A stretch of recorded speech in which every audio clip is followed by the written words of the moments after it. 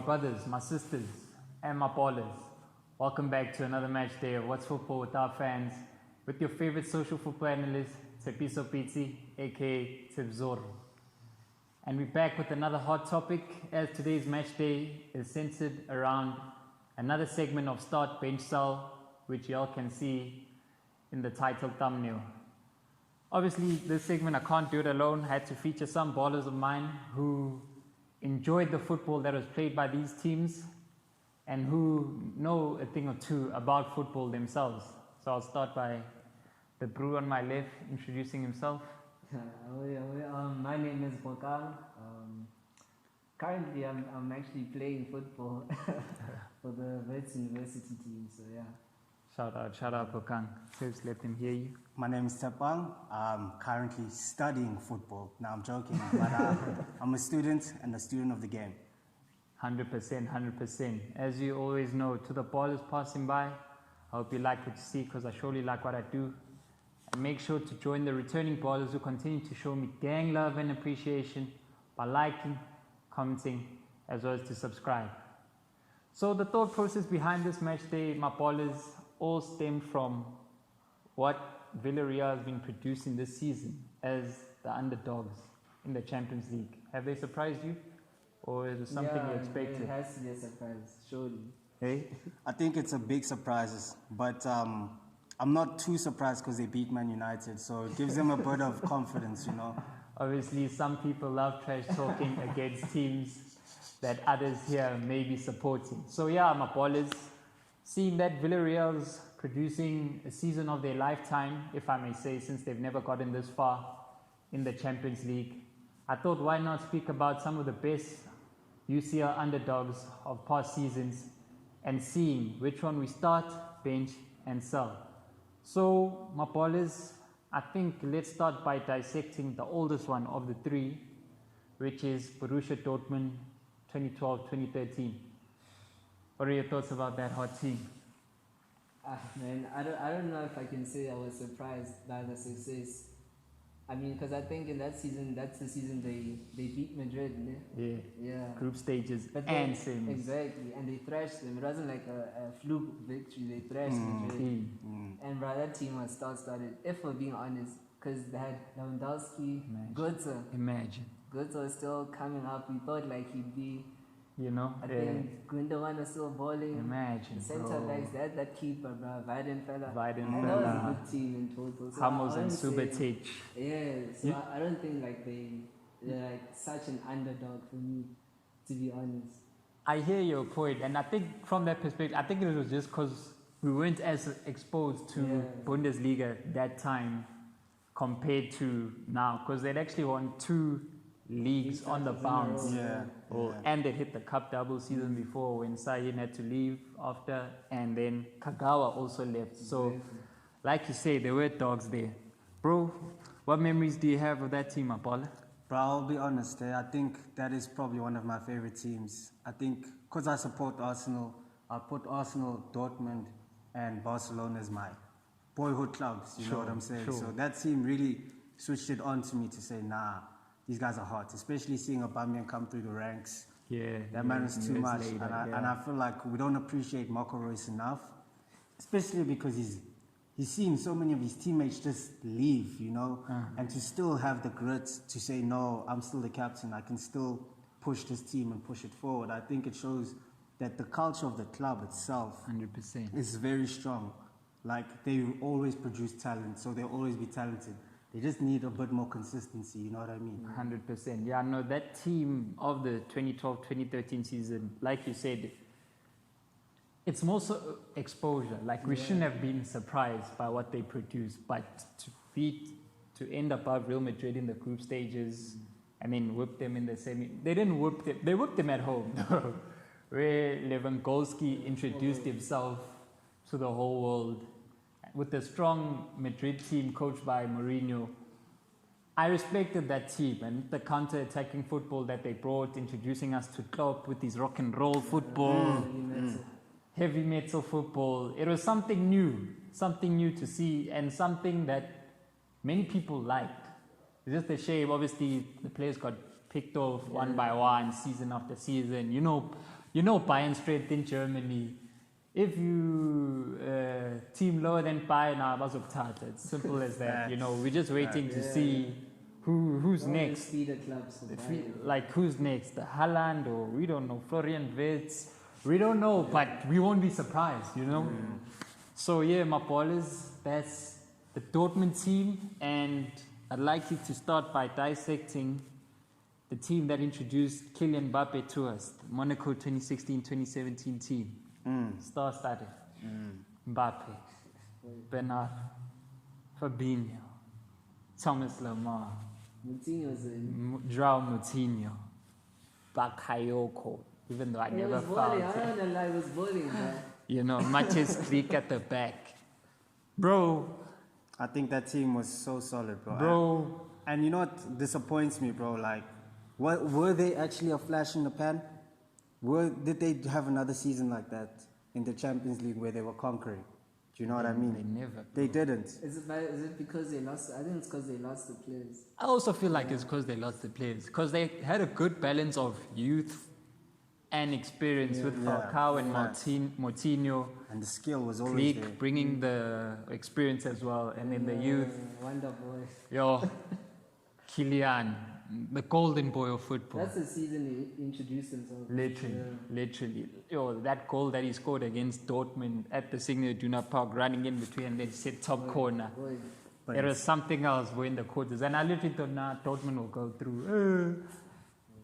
Aubameyang saw nothing. Here was Mbappe here saying, I want to go play against Juventus. That team also a counter-attacking team, do you think? They had the makeup of a counter-attacking team only because the coach Yadim played them as a 4-4-2. But you wouldn't truly label them as a counter because they could actually play ball. They had ball players. In the game, they beat City, no? They beat City away. Game. Yeah, so, I mean at home they beat City. Away they lost in the high scoring. Yeah, so that's, my thing is like, for a team that sits back, you wouldn't expect them to be involved in such a high scoring game. That's why I'm not sure if I can say they are a team that's sat back. In a way, it's also that thing of the opposition that you're playing against. Yeah. It may also make you for that game, your tactic to be low block and let's fetch them on the... Yeah, because even thinking back to it, Radamel Falcao's goal over Caballero was on the counter. So wait, do you think this team had the potential to play in the front foot, so go aggressively towards teams and play and win? I feel like with the type of players that they had, surely. Because you can't ask Bernardo to sit back. You can't ask Bernardo. That man's a horse. More so, they actually took the title from PSG that season as well in France. You know, Thomas Lemar, you've seen how he moves as well. But it's a shame they couldn't pull it off and pull off what Porto pulled off, which is basically, you know, the benchmark of the underdogs. But I love that team. And now I'll let it be known that we're going to dissect probably my favorite team out of the three, simply because of the type of football. You know, I've always been a tiki-taka man, tiki-taka baller, pass and move. Let's keep it ticking. Let's keep it ticking, tiki-taka. AJAX18-19. Box, what do you have to say about AJAX18-19? I don't think I've enjoyed watching a team. Boy. Like I don't know. Like, boy. It reminded me of Prime Barca. You know how Barca would just outplay teams. Chief. They would hit home and away. They played one way. They don't know any other way of playing. Bro. Home and away, they'd show up. But now that team, I wouldn't even say they were underdogs. They were just better than the they were just better. Honestly, like that loss to Spurs was pain. Exactly. How they lost, bro. You 3-0 up on aggregate score at halftime. Like that's where inexperience caught up with them. And then Lucas Moura produced the performance of his life. But, you know, that team, maybe not as star-studded. Yes, it has stars, but not as star-studded as what's been produced from the Monaco gents. But to name a few, Matthias de Ligt from the academy into that team. Come on, Frankie de Jong from the academy generational into that team. I think they had such a good team that it was like the culture of football they were playing together. It's so different because it's like modern football, you know what I mean? It's like they're aggressive, and I would even say they probably have the most all-round as a team, more than the other two teams, because they were able to get out of a tight situation, pass out of a tight situation, You know. still get a goal. And they also had quite a good set of balance in terms of youth and experience. Not as much as Monaco to a certain extent, since Ziyech was still a young baller, even though around 24, 25. But Tadic was, I think 28 that season. You had Schöner in the midfield with the academy graduates of De Jong and Frankie. Can we just Van talk der Beek. about how good De Jong is? Talent. I don't know, like, I Talent. can't even classify him, like, compare him with another player. Talent. It's just like he embodies so many different things. He's an intelligent central midfielder. I Like, think that's what brilliant. helped that team, bro. Yeah. They didn't think The they're pivots. underdogs. Yeah. They played with so much arrogance. And we discovered new players from that team, even though there was players in the moments for that season with Neres, Tagliafico, even though we haven't seen them move. Okay, Neres moved to Shakhtar, if I remember. being linked with Barca, actually. Tagliafico, yeah, but you know, whoever goes to Barca as a left back, Nah, man. you know, they also had Daily Blind for experience. Onana showed us his distribution. It was really a beautiful That team was a to good watch. team, man. It was a beautiful. I wish they could have reached the final. Like, It was out of really the interesting, three, yeah. I don't know. Maybe Dortmund had the greatest potential of reaching the final because Ajax was a surprise. But I feel like I could trust them in a final against anyone around. Whereas Dortmund, they had that thing of it's Bayern for them to stay so tight in the final. Yeah. But I feel like if they faced anyone else outside of Germany from the big teams, they would have crumbled. Yeah. But with this Ajax team, how long were you considering them an underdog? Because there was a point in the tournament where I was like, nah, these guys can beat anyone. You know when There it a was point that, I was like, nah. literally when they cleaned Madrid, we all said respect. Yeah, I felt like, nah, they are not underdogs. Like, I favored them against, is it Juve? Was it Juve after Madrid? Yeah. Yeah, I felt like, nah, they're gonna whip Juve. Because even it wasn't even a thing of there's no more Ronaldo. No, Yeah. they cleaned Real Madrid. Like that 360 Tadic hit around Casemiro, like it won't ever be forgotten. Yeah. What a guy, what a talent. But my ball is, it's time to pit these three against each other. As you can see, it's as clear as daylight for it being a start bench cell. You know, one man's ripping Nike, the other's ripping Adidas, I'm ripping Reebok. So, you know, we're probably all going to have different choices. I want to hear from you, Tibbs. Who would I sell first? Tell us who would you sell? Let me be honest. I think I would sell the Ajax team. Listen. I'm not sure. Listen. I'm not sure. Ajax can produce talent continuously. We always see that these players that we didn't know before pop up from Ajax. So they have this ability to still recover their ability to play football. That's the operating model of the club. That's the operating model in the sense that, like, Ajax is a good team, but could they do it repetitively? Does With that the make same sense? type of players. Yeah, with the same tactics. Like, yeah, they haven't really proven to us with the same. Obviously, this season it was a shock It was a shock. when Benfica beat them. Past seasons, they went out in the group stages, and there's new blood. Like, the only players left standing are Blind, Tadic, Yeah. Tagliafico, the new blood of Hala, Gravenberch, That's a baller. talent of the future, you know, Anthony on the left, keeping the Joga Bonito alive, you know, Quincy Proms, Kane, Saul, wouldn't say he conquered. But yeah, Mapola, you What say would you say? Ajax. What would you guys say? To be honest, Box, I want to see something with you, ne? Don't explain. You'll explain afterwards, ne? I want us to name the team we're selling at the same time, ne? Okay. To see if it's the same, ne? On 3, we sell, ne? We say the team's name. Yeah. 1, 2, 3. Monaco. These guys are. Why though? You know what it is, man? They've probably afterwards produced the Talents, most known talents, like, and with them all leaving at the same time. But to pit 2016, 2017 Monaco against 2018, 2019 Ajax, as well as against 2012, 2013 Dortmund, like if you had to make a round robin, like kind of like how the UEFA Nations League was in the first season, where it was 3 teams in the group, pot A, and then they play home away, only 4 games. Yeah. I feel like they'd finish at the bottom. Monaco. I don't know. Yeah. I don't Hence know. why I have them as the sub. Oof. I don't know. Yeah.